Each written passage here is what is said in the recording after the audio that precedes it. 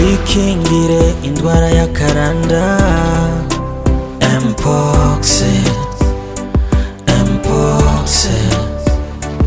haraheze iminsi twarinjiranywe n'indwara ya mpox.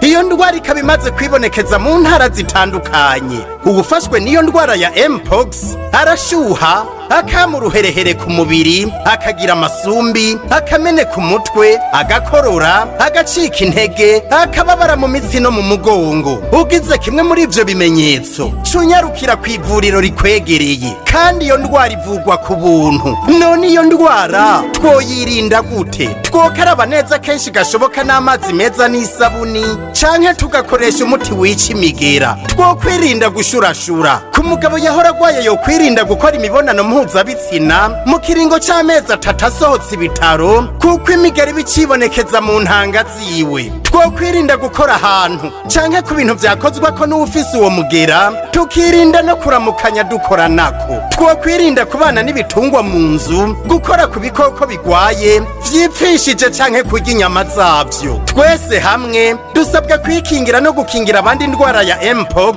mu gushira mu ngiro impanuro twama duhabwa n'abajejwe amagara y'abantu. ubwo n'ubutumwa muhawe n'ubushikiranganji bwo kubungabunga amagara y'abantu no kugwanya sida.